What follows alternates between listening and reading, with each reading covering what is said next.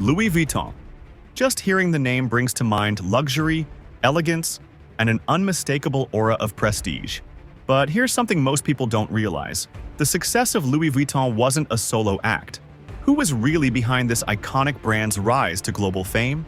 Was it Louis himself? Or was someone else the true mastermind? By the end of this video, you'll know the answer to a question that even the most devoted Louis Vuitton fans have never thought to ask.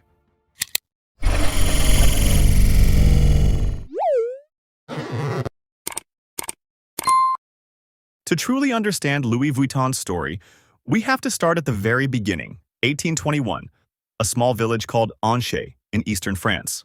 Louis was born into a working-class family where life was anything but glamorous. His father was a farmer and his mother a milliner. Tragedy struck early in Louis's life when he lost his mother, and soon after, his father remarried. At just 13 years old, Louis made a decision that would change everything.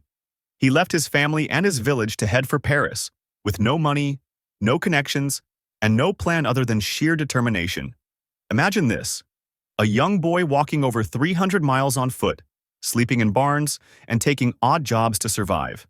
It wasn't just a journey to Paris.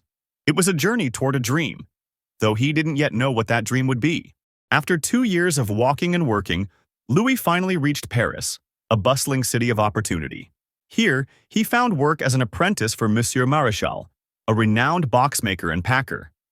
Now, you might be wondering, what's so special about boxmaking? In the 19th century, this wasn't just about creating containers. Wealthy clients required custom-made trunks to transport their belongings safely and stylishly. This was an art form, and Louis quickly mastered it. His attention to detail, craftsmanship, and innovative ideas made him a standout apprentice. Within a few years, Louis was a trusted name among Parisian elites. But Louis wasn't content with being just an employee. He had bigger ambitions. In 1854, Louis took a leap of faith and opened his own workshop on Rue Neuve des Capucines in Paris. The workshop wasn't just another luggage shop.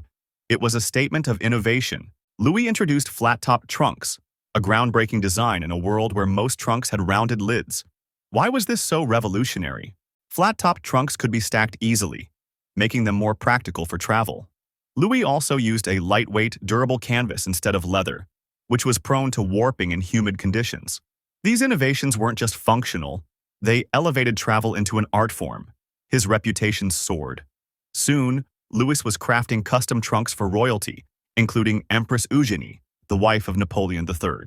But even as his business flourished, Louis had no idea that his greatest legacy would come from the next generation.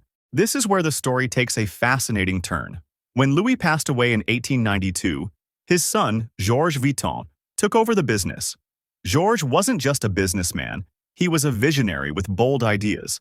In 1896, Georges introduced the LV monogram, which featured floral and quatrefoil motifs along with his father's initials.